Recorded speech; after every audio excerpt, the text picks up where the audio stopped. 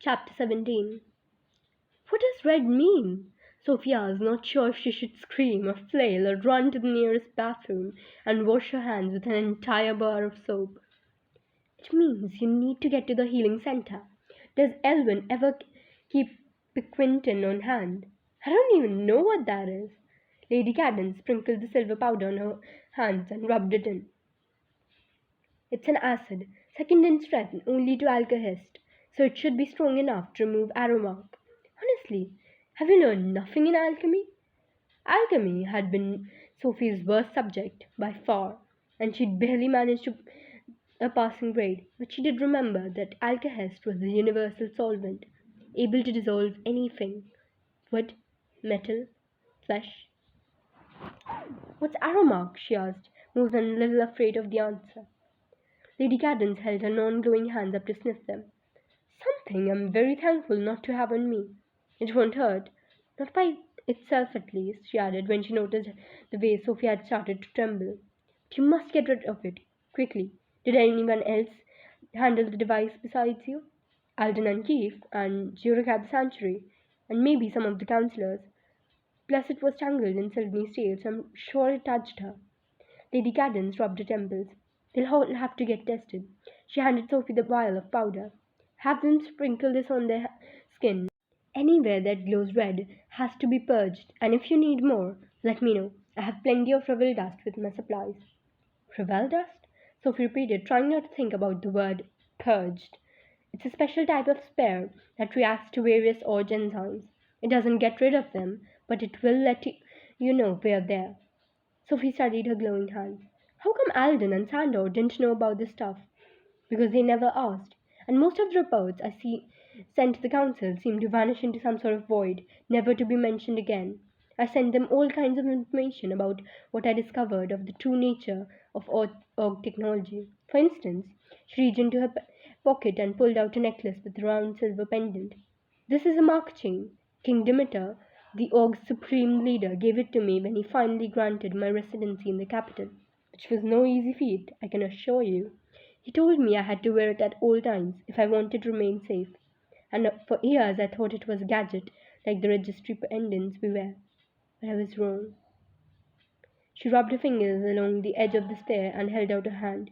After a few seconds, her fingertip glowed green. That's the essential reaction with the Revel dust still on my hands, she explained. Sophie shook her head, struggling to keep all the weird names straight. What does that have to do with Aromark? Because they're both enzymes. That's the Org's true brilliance. The technology is actually quite simplistic. But the biochemistry? I had no idea until I knocked over a vat of Revel dust while I was working, and walked through the cloud it created. My skin glowed bright green everywhere.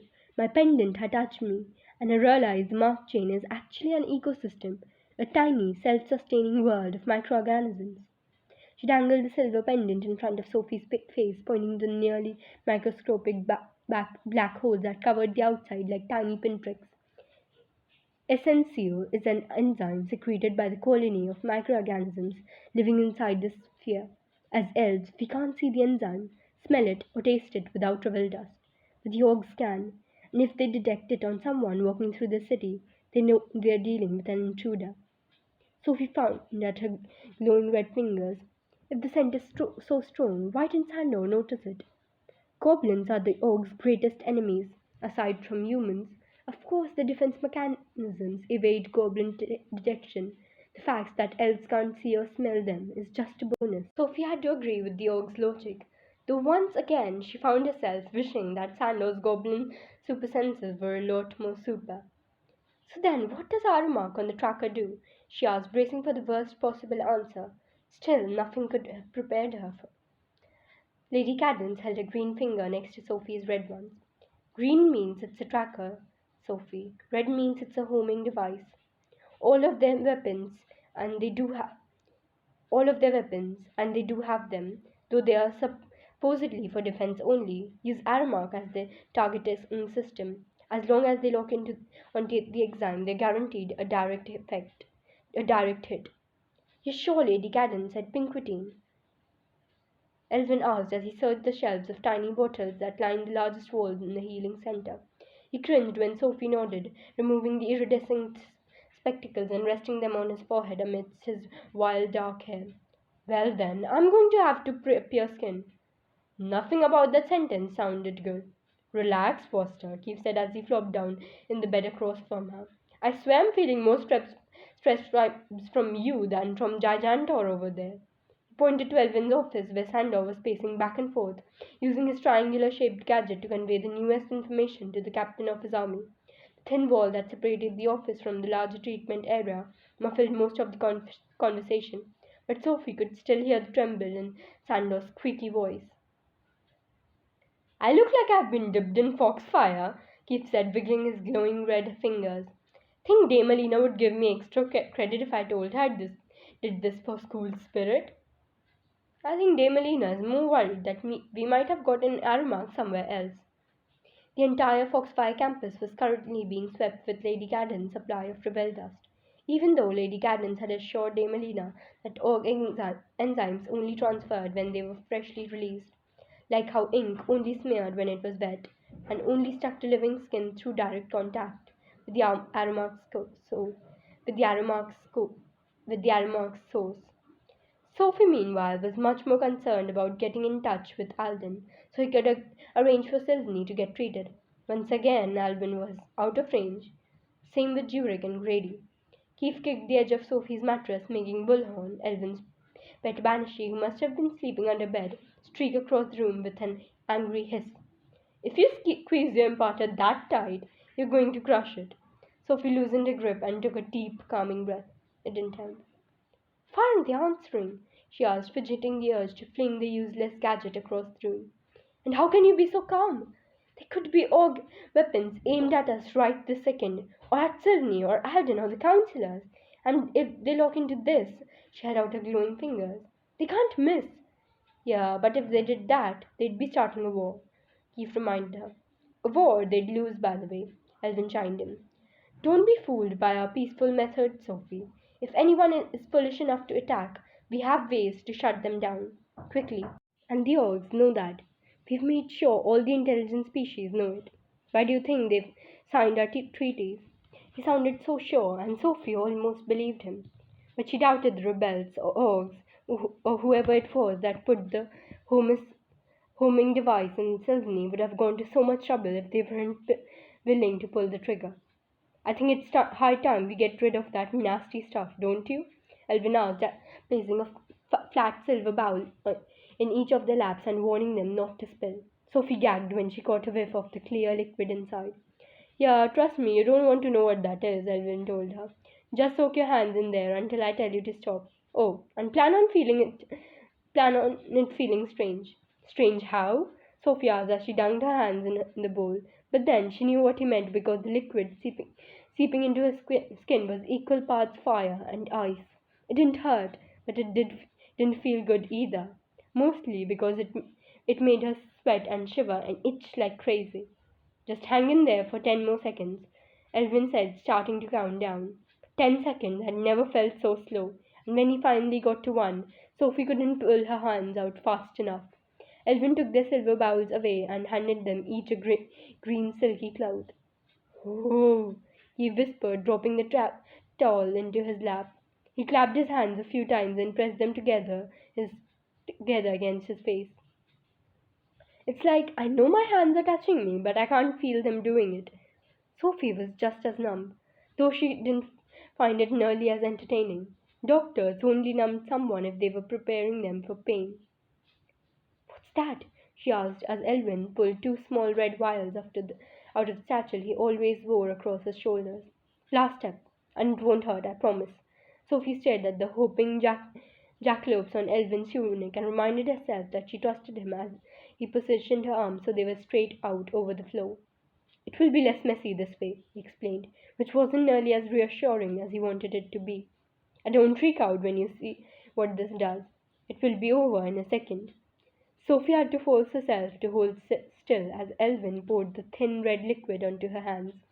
She couldn't feel the shiny liquid as it coated her palms, but that didn't make it any less horrifying when the top layers of her skin shriveled up and melted, dripping onto the floor in a slimy puddle of peach goo. The smell of burning flesh filled the air, making everyone gag as Elvin wrapped their hands in wet purple cloths.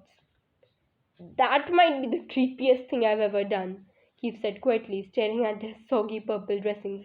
I mean, it was also awesome, but dude, you should warn a guy before you melt his skin off. Sophie hated that Alden would have to endure the same process, and Jurek, and oh no, she mumbled, struggling to grab her butter with her purple mummy hands. They can't do that to Sylvie. She'll be traumatized for months. Hey, easy, Elvin said, gently pinning her shoulder. You need to finish your treatment or it won't heal right. I'm sure they'll sedate Sylvie. I actually thought about doing that for you, but I know how you feel about sedatives and I might have volunteered to be knocked out, Keith interrupted. Even if it meant spending the night at school, Elvin asked. Oh, a slumber party. Definitely count me in for that. Yeah, well, somehow I doubt your parents would have wanted that, which was the other reason I kept you awake. You must know my parents very well. You must not know my parents very well. They are always happy to be rid of me. Keith said it with a smile, but Sophie knew him too well to buy it. Elvin must have noticed it too, because he dropped the subject. Huh, he said as he unwrapped Sophie's hand. I thought for sure this would have been gone. He traced his fingers along the star-shaped scar from the black swan's healing. It must have stung too deep, she said, as Elvin snapped his fingers to form an orange sphere of light around the scar. He squinted through his iridescent spectacles, turning his hand from side to side. But that doesn't make sense. That's Foster's trademark, Keith reminded him. Yes, I suppose it is. Elvin flashed a green orb instead, frowning when he noticed the wrist. Why didn't you tell me you had a burn? It's not a burn, it's a bruise, Sophie corrected.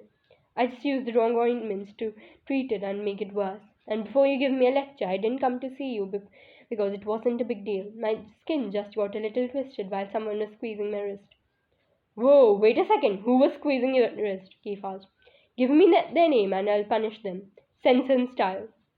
Nobody needs punishing, Sophie insisted. If anything, it was my fault. I know how unstable Brant is. I should have been more careful. You definitely do learn to be more careful, Elvin agreed as he searched through his satchel. But I also think it would be wise to stay away from him. And either way, you must always come to see me when you have an injury. Okay, no need to shout, Sophie rubbed her ringing ears. Elvin gave her a stern glare as he took her hand and rubbed a purple slab on her wound. Instantly, the cooling tingles eased the ache and the redness vanished. What ointment is that? Sophie asked, wanting to remember the name. It's called Get Your Butt to the Healing Center next time. Or, just don't have next time, Keith jumped in. Though we all know that probably won't happen.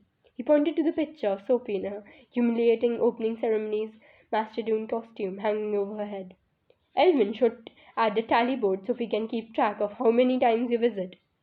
I should add one for you too, Keith, Elvin told him. You're starting to become quite the regular around here. Guess that's the downside of hanging with the Queen of Mystery over there. But don't worry, it's worth it. Sophie forced a smile, knowing he was only teasing. But he was right. Since Keith had been helping her, he'd had his skin melted off, gotten several broken ribs, and almost died. And Dex had been just as unlucky. Being a friend was dangerous. She would worry about that later. First, she'd need to warn someone about the odd enzyme, and with Alden, Jurek, and Grady still not responding to her hails, she could only think of one other person who might be able to help. She'd promised herself and Grady that she'd only turn to him in the most extreme emergency, since his duties as a counselor would always come first, and she knew from past experience that sometimes she had to bend a few rules. But having Sylvanie under threat of attack had to fall into that category. She grabbed him parter, wishing her hands weren't shaking as she held the sleek silver square up to her lips and whispered, Show me Counselor Tarek.